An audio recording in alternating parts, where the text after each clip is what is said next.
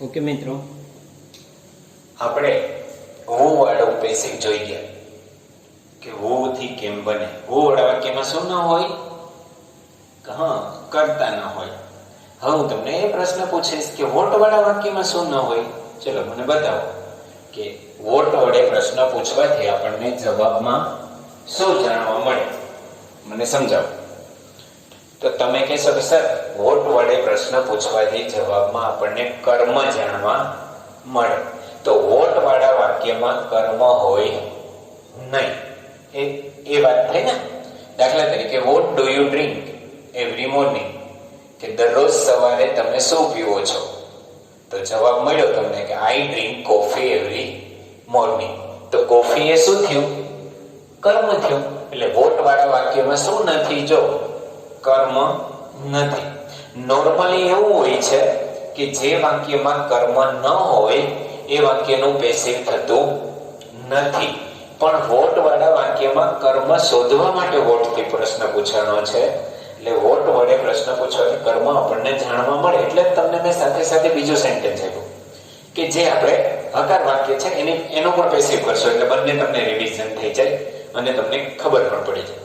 તો પ્રશ્નાર્થની જ વાક્ય રચના, જેમ હું વાળા વાક્યમાં આપણે કર્મ વિભક્તિ નહોતું, એમાં આમાંથી તમારે શું કાઢી નાખવાનું છે? કર્મ કાઢી નાખવાનું છે. પ્રશ્નાર્થ, પેસિવ નો પ્રશ્નાર્થ કરો ત્યારે કર્મ હોય નહીં. પેલું યાદ રાખો કે કોઈ પણ વાક્ય હોય પહેલા તમે વોટ મૂકી દો, જે કાર્ડનો પણ હોય ભલે. હવે જો કે what do you drink every morning, તમે દરરોજ સવારે શું પીવો છો? તો કે આઈ ડ્રિંક કોફી. તો કોફીને આધારે આપણે ટુ બી નું રૂપ મૂકવાનું થશે. તમને એક્ઝામમાં કેવી રીતના પૂછાશે? 10માં અને 12માં તમને 4 વાક્યો હશે. એ 4 વાક્યનો પેસિવમાં કન્વર્ટ કરવાનો પૂછાશે. એટલે હું વાળું વાક્ય પણ હોઈ શકે, વોટ વાળું પણ હોઈ શકે અને કોઈ પણ હોઈ શકે. એટલે હવે કોફીને ધ્યાનમાં રાખીને આપણે પ્રશ્નાર્થ કરવાનો છે. પેસિવ કર્મ કયું છે? તો કે કોફી. તો જો વોટ તમે લખ્યું છે ભૂલી જ જાઓ. તમે એક સમયે વિચારો કે તમે કઈ મૂક્યું જ નથી, ખાલી વોટ લખીને પછી ભૂલી જાઓ. તો પ્રશ્નાર્થની વાક્ય રચના પ્રમાણે કેમ બનાવશો? તો કે પહેલા એમ ઇઝ આર. તો કોફીને ધ્યાનમાં રાખીને તમે શું મૂકશો? ઇઝ. પછી કર્મ કોફી, તો કર્મ છે નહીં. પછી શું આવે કર્મ પછી? ક્રિયાપદનો ભૂતકૃદંત. તો ડ્રિંક નો ભૂતકૃદંત આવશે ડ્રંક. ક્રિયાપદના ભૂતકૃદંત પછી બાય. પછી કર્મ વિભક્તિ. તો યુની કર્મ વિભક્તિ યુ જ રહી ને. ઓળખ દર્શક શબ્દ એવરી મોર્નિંગ. પ્રશ્ન આ પેસિવ થઈ ગયો. What is drunk by you every morning. તો જવાબમાં મળ્યો I drink coffee every morning. તો એનો પણ આપણે પેસિવ બનાવીએ જેથી કરીને તમને રિવિઝન થઈ જાય. હકારમાં તો કે પહેલા કર્મ, તો કે કોફી એક વચન છે એટલે ઇઝ. ડ્રિંક નો ભૂતકૃદંત ડ્રંક બાય, અહીંનું શું થશે? મી એવરી મોર્નિંગ. એ હકાર વાક્ય છે. ટૂંકમાં પેલું વોટ વડે પ્રશ્ન પૂછો, બીજો એનો તમે જવાબ લખેલો છે. ઓકે. પ્રશ્નાર્થની વાક્ય રચના ટુ બી રૂપ. પછી અહીંયા કર્મ છે એ નથી આપણે લખ્યું. પછી ક્રિયાપદનો ભૂતકૃદંત બાય અને કર્મ વિભક્તિનો ઓળખ દર્શક શબ્દ. આ વાક્યમાં વચ્ચે કર્મ આવતું નથી. બાકી પ્રશ્નાર્થની વાક્ય રચના જો અહીંયા જુઓ. આ સાદા ભૂતકાળનો આપણે લખી વોટ લખ નાખ્યું. હવે તમે ભૂલી જાઓ કે વોટ લખ્યું. What did she buy yesterday, તેણીએ ગઈકાલે શું ખરીદ્યું હતું? તો જવાબમાં શું મળ્યું? She bought these books yesterday. These books બહુવચન છે, તો ટુ બી રૂપ શું હશે? આપણે વર. ટુ બી રૂપ મૂક્યું વર. પછી કર્મ છે નહીં. પછી ક્રિયાપદનું ભૂતકૃદંત, તો બાયનું ભૂતકૃદંત બોટ. પછી બાય કર્મ વિભક્તિ. સી નું શું થશે? હર અને યસ્ટરડે. પ્રશ્નાર્થની જ વાક્ય રચના વચ્ચેથી કર્મ નીકળી ગયું. બસ. તો જવાબ મળ્યો she bought these books yesterday. તો જવાબમાં શું લખીએ આપણે? પેસિવ લખીએ તો કે ધીઝ બુક્સ બહુવચન છે એટલે શું આવશે? આપણે વર ક્રિયાપદનું ભૂતકૃદન, બાયનું ભૂતકૃદન પણ બોટ જ થાય, બોટ બાય હર yesterday. બંને વાક્યોની પ્રેક્ટિસ થાય એટલે બે વાક્યો આપેલા છે, બાકી આપણે શીખવાનું આ એક છે. ઓકે, હવે વિલ વાળા વાક્યમાં ક્રિયાપદની આગળ બી આવી જાય, એનાથી વિશેષ કંઈ બીજું કંઈ ફરક પડતો નથી. કેવી રીતના થશે? તો કે વોટ વિલ પછી કર્મ, કર્મ નથી, પછી બી, પછી ક્રિયાપદનું ભૂતકૃદન, ડ્રો નું ભૂતકૃદન ડ્રોવન, by Nilesh tomorrow.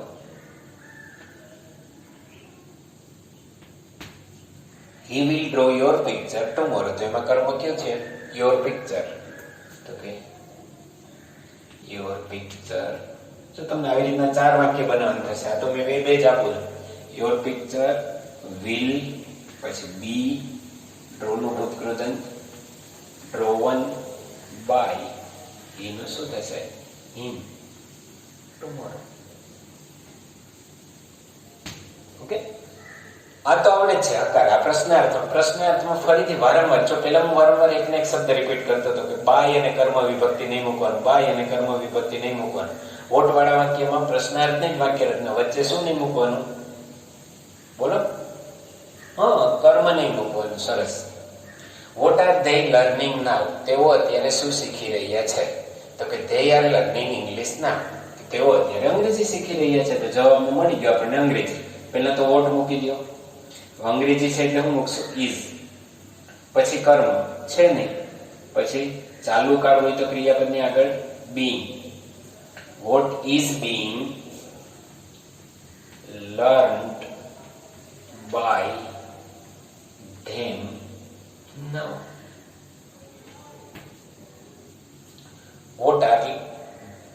What is being learned by them? They નું શું થશે? them અને ઓળખદર્શક શબ્દ નાઉ. તેનો જવાબ આવ્યો they are learning English now. તો એનો જવાબ લખીએ તો શું લખીએ? તો કે English is. તો આમાં વધારે ચર્ચા એટલા માટે નથી કરતો કે આ તમે શીખ્યા વાક્ય જોઈ લેજો. દરેક કાર્ડ જોઈ લેશો એટલે આઈડિયા આવી જાય. અકાર નકાર અને પ્રશ્નાર્થ આપણે સાથે શીખ્યા હતા. કર્મ ટુ બી ટ્રુ, બીઈંગ ક્રિયાપદનું ભૂતકૃદન, બાય ધે એનું શું થશે? By them now. ઓકે, ચાલુ ભૂતકાળ. What was she buying? કે તેણી શું ખરીદતી હતી? when I saw her in the market. તો વોટ, તો જવાબ શું છે? she was buying vegetables. vegetables બહુવચન છે તો શું મૂકી દો તમે? were. what were being, કર્મ આવે, કર્મ છે નહીં, અને પછી ડાયરેક્ટ શું આવી ગયું? being, પછી ક્રિયાપદનું ભૂતકૃદન being bought by her when I saw her in the market. I saw her જો સાદો ભૂતકાળ, એનું પેસિવ કરો તો વધારે રિવિઝન થઈ જાય આપણને. her આગળ આવી જાય તો when she was saw એનું ભૂતકૃદન થઈ જાય seen in the market by me. What was being bought by her when she was seen in the market by me. Okay, અને I saw her in the market એમને લેવા દે તો પણ વાંધો નથી, પણ એનું પેસિવ કરો તો આ રીતનું થશે she was seen in the market by me. she was buying vegetables at that time. તેનો જવાબ આવ્યો તો કર્મ શું થયું? vegetables. તો કે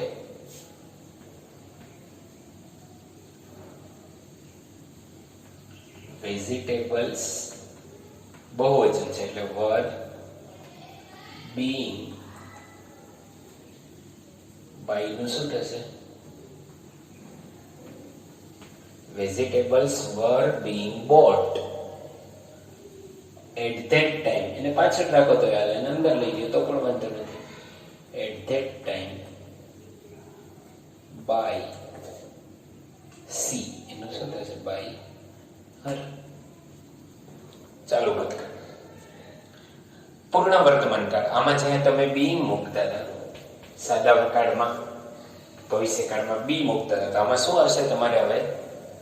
બીન. હા, તો જો what has he written just now? તો કે he has written these sentences, બહુવચન છે, તો કે what have been. બીન વધારે નો આવે ને, have કે has પછી કર્મ, તો કર્મ છે નહીં, પછી બીન, પછી ક્રિયાપદનું ભૂતકૃદન. written by he, એનું શું છે? by him just now. તો કે he has written these sentences just now. તો કર્મ કયું થયું? these sentences has been, sorry, sentences બહુવચન છે, તો શું આવશે ત્યાં? have been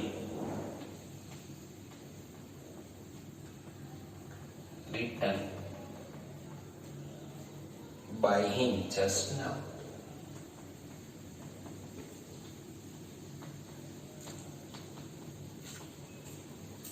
ઓકે, હવે જો વોટ વાળા વાક્યમાં પ્રશ્નાર્થની જ વાક્ય રચના માત્ર ફરક શું પડે છે કે કર્મ આવતું નથી. જવાબ આવે ત્યારે એ હકાર વાક્ય થઈ ગયું, ત્યારે હકારની વાક્ય રચના પ્રમાણે. બાકી પ્રશ્નાર્થની જ વાક્ય રચના આગળ વોટ મૂકી દીધો અને વાક્યમાં જ્યાં કર્મ આવતું હતું ત્યાંમાં કર્મ આવતું નથી. બસ બીજો કોઈ ફરક છે નહીં. જો વોટ પછી ઇઝ પછી કર્મ નથી, પછી ડાયરેક્ટ ક્રિયાપદનું આપણે કહીએ પ્રશ્નાર્થની વાક્ય રચના તમે જો તો ટુ બી નું રૂપ, કર્મ અને ક્રિયાપદનું ભૂતકૃદન એમ બોલો ને, જો સામે તમને દેખાશે, પણ આમાં કર્મ છે નહીં. એ પછી સાદો વર્તમાન કાળ હોય, સાદો ભૂતકાળ હોય, સાદો ભવિષ્યકાળ હોય, ચાલુ વર્તમાન કાળ હોય, ચાલુ ભૂતકાળ હોય, પૂર્ણ વર્તમાન કાળ હોય કે પૂર્ણ ભૂતકાળ હોય. માની લો કે તમને હું એક પૂર્ણ ભૂતકાળનો વાક્ય પણ આપી દઉં, જેથી કરીને તમને વધારે આઈડિયા આવી જાય, એટલે બધા ટેન્સને એક પૂરા થઈ જાય. દાખલા તરીકે હું અહીંયા તમને સેન્ટેન્સ આપું, કેટલામાં આવ્યું? 7મું આવશે ને. તો કે vote had they learned before you taught them